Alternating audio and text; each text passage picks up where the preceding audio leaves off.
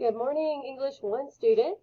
Today is Monday, March 29th, and we are in for our last week of EOC review camp. And so we've been training to prepare to defeat the Cobra Star or the English 1 Star EOC. Okay, EOC stands for end of course.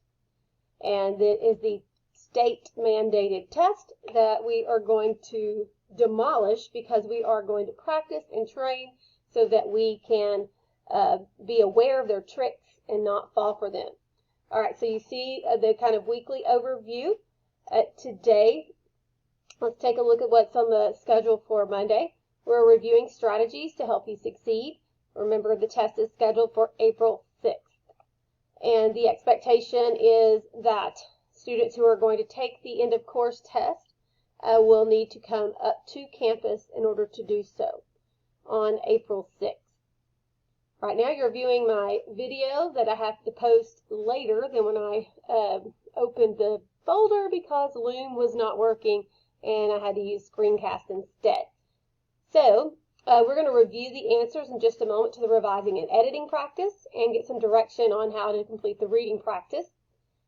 And your practice set is to complete the nonfiction reading practice. That's one of the types of reading that you'll see in the reading section of the end of course test. And the passage that you will be asked to read is linked in the instructions. So if you'll open the reading passage in a new tab and keep it open, take notes as you read, and then answer the questions in the Schoology quiz. And as always, do not forget to do your attendance question so you can prove that you're here. So since we're doing a reading, or we're doing review camp, I want to show you how you are going to be scored. So let me make this a little larger for you. So this is going to be an academic achievement grade. So this is Cougar Doe training rubric. All right. So I'm gonna fill this out for you based on each activity that's assigned. If we were in class, we would do this like in a group scorecard, and you would literally get this. But last week I asked you to do 6 no red ink lessons. So if you achieve mastery on that and you completed it on time, you would get all 7 points for that. If you didn't complete it to mastery, but you were somewhere in that neighborhood, maybe you'll get 5 points instead. Okay? So between 5 and 7 for mastery. If you mastered it, you get all 7. So you completed it on time, you get all 7 points. So there are 6 lessons from last week. So these, no red ink, you got to choose which ones you wanted to do. So let me go ahead and highlight those in yellow. Those were assigned last week. The graphic organizer and the essay draft, if you submitted those on time, those are also worth up to 7 points depending on if you followed instructions and turned those in on time. I'll be giving you some feedback later this week and be meeting with some of you to talk about how to improve your focus, because I noticed that many of you were writing off prompt, and I want to make sure I talk to you about that in more detail. Now this week we're going to be looking at the reading section of the test, and that's the section of the test that most students get tired by that point, and sometimes they make mistakes. So today you're looking at nonfiction text practice, so that's the assignment for today. I'm going to put that in a different color since that's for this new week. And then we'll be doing fiction text practice and inferencing, practice with figurative language, controlling idea, text structures, and summarizing. Okay, so those are all lessons, and you can earn up to 105 points for this academic achievement grade. And basically, you just trying to do the task and trying to do it to mastery is going to get you 105 for this academic achievement grade. So I'm going to call it an AA grade for you to do the training camp. All right, so at this point, hopefully you completed all of these things. If not, you need to go back there and get those done so you can get some points for completing them, even though you haven't completed them on time. Start with the essay and the graphic organizer. This was done on Monday of last week, so I don't have the date, but This lets you know kind of when it was done. This was Tuesday, and the rest of the week was spent on the no red ink lessons. All right, 2 a day, so that you can figure the rest of those out. And then today, nonfiction text practice for the day is March 29th. Okay, so that's when that assignment has been assigned. Okay, so now let's take a look at the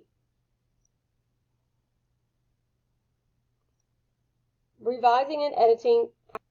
Now let's take a look at the revising and editing practice that you did last week to see what maybe some of these answers are and the reason you may have missed those. And that will maybe help you figure out if there are other no red ink lessons that you should do. All right, so the first section was revising, and that's where you're trying to look for, hey, does it have a thesis statement? Are there topic sentences? Looking at transitions. And so there are 2 sections here. You'll actually have 2 revising sections on the test. And then let me start it with question 1. Okay. Sorry, let me get it lined up for you. Okay. For number 1, it says Tracy's paper needs a stronger position statement. Another word for position statement is thesis. So her focus of her essay. So which of the following could best replace sentence 5? So I want to mark that because I want to look back at sentence 5. And more effectively state the position Tracy is taking in this paper. Now, if you look at the title of this essay, she is clearly stating her position as electric cars are not the right choice. So if that's the case, I want to make sure that that is stated in her position here. So this one, truthfully, electric cars have advantages that must be pondered before making a purchase. That's not really as strong. It's kind of the opposite of what her thesis is.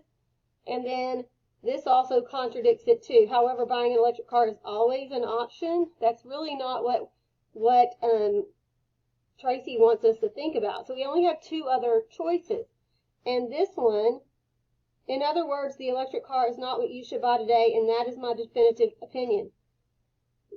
This is repetitive to say that's my opinion. If you typed it or you wrote it, we all know as readers that that's your opinion. So that's a repetitive statement. The best choice here, using therefore, because they've given you all the reasons why you should not, it's the wrong choice if you are currently in the market for a new car. This matches her, matches the title, and it clearly states her position. So it's the best choice. All right, so if you missed that one, hopefully that's helpful to you. On question 2, we have an ineffective transition in sentence 10, so I need to go back and look at the sentences before it and after it to make sure I know what would make sense. So instead of in the end, we want to replace it. Well, since she's adding on new information, in fact, it is the one that adds on new information. However, it is only used if you're using contradictory information or information that's the opposite. So however wouldn't work in this case. If you're, you use instead if you're giving a different option. But she's not giving a different option in that. So my strategy for this would be go back and look at sentence 10 and the sentence before it, okay? So I know furthermore she's adding on to information about electric cars, and she's adding on more information about why electric cars are not helpful to the environment. So since she's adding more information, in fact, would be the best transition. On number 3, I want to introduce you to the idea of, since they're wanting you to combine sentences, it's best to choose the shortest, most clearly understood and correct sentence. So is it so clear? Can I understand it? So the 3 C's I want you to think about. Is it short and to the point? Concise means short. Think about scissors. Concise, short. And correct. So you're looking at grammar here, okay? So you want to find the answer that is easy to understand when you read it. It's not, going on and on for days, so it's relatively short, and it's correct grammatically. Now, when you read these, I want to show you did I mark the one? Did I mark the right answer here? Well, I'll tell you which one it is. This is the right answer. Okay. Now, why is this one not right? It almost looks the same. Well, because they join two complete sentences, you have a complete sentence here. Furthermore, the batteries in an electric car weaken over time. That's a complete sentence. And then, eventually, they allow a person to travel even fewer miles between charges. That's a complete sentence. When you cannot join two complete sentences together with only a comma. It needs to be a comma and a conjunction.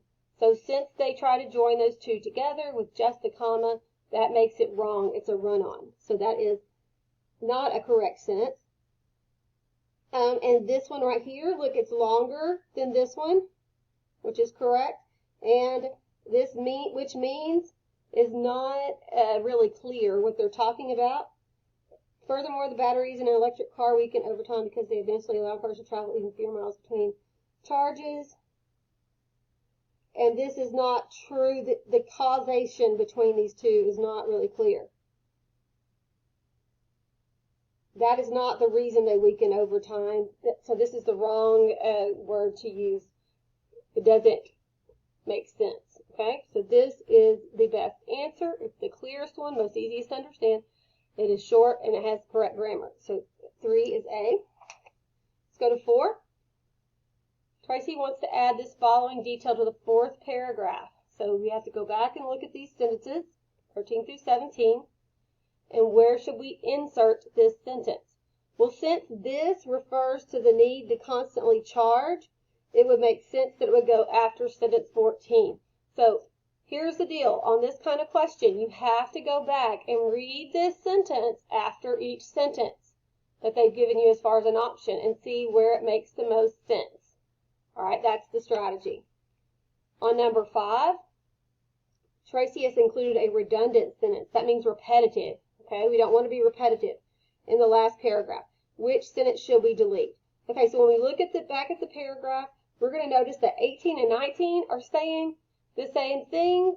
So that we're going to get rid of 19 because it's repeating ideas from 18. Okay, and 18 is the better sentence. So that's why we're going to remove 19 from our paragraph.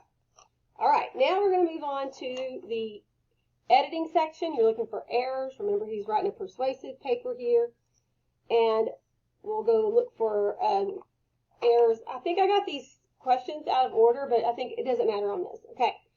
I'm going to show you like what you should work on if you miss these. Okay. On number 6, when you're making a change to sentence 22, you should insert a comma after day, and that is commas with conjunction. So if you missed this one, then you should probably review that lesson in no red ink. Okay, commas with conjunctions. Number 7, G is the correct answer. So they're really questioning whether you know how to use colons. And these two are fragments. So if you miss question 7, you might need to review your use of how to use colons as punctuation. Okay? This section here, it's H. And remember, you might need to know, like if you miss this one, you need to remember that your, write it out, it's you are.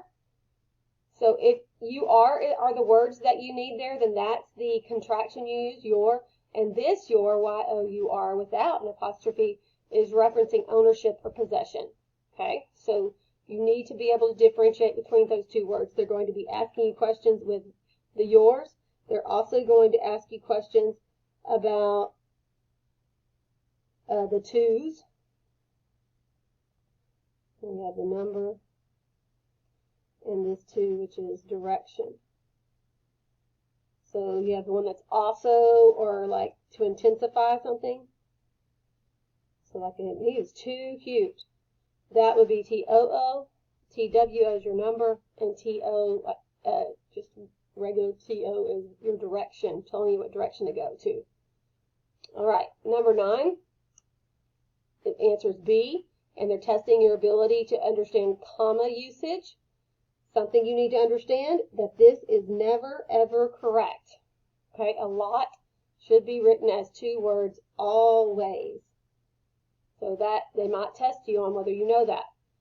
On number 10, the dictionary is what helps you here because the answer is H. And you can always look up the word to see if it's right. They give it for you. Do not ever just guess on that. Check yourself. Use the dictionary when that's a choice, when they're changing spelling. And that's it. Okay, so after you check yourself for your revising and editing, you are going to go into the Monday folder and you're going to work on your reading informational text practice. Remember, informational text is nonfiction text. So you're looking for things like controlling idea. You're looking for evidence that they use. What's the purpose of the passage? What kind of information are they trying to give you? Okay, so you have multiple choice questions here. If you look in the instructions, the passage is linked. So this section here, teenagers who vandalized historic black schoolhouse are ordered to read books.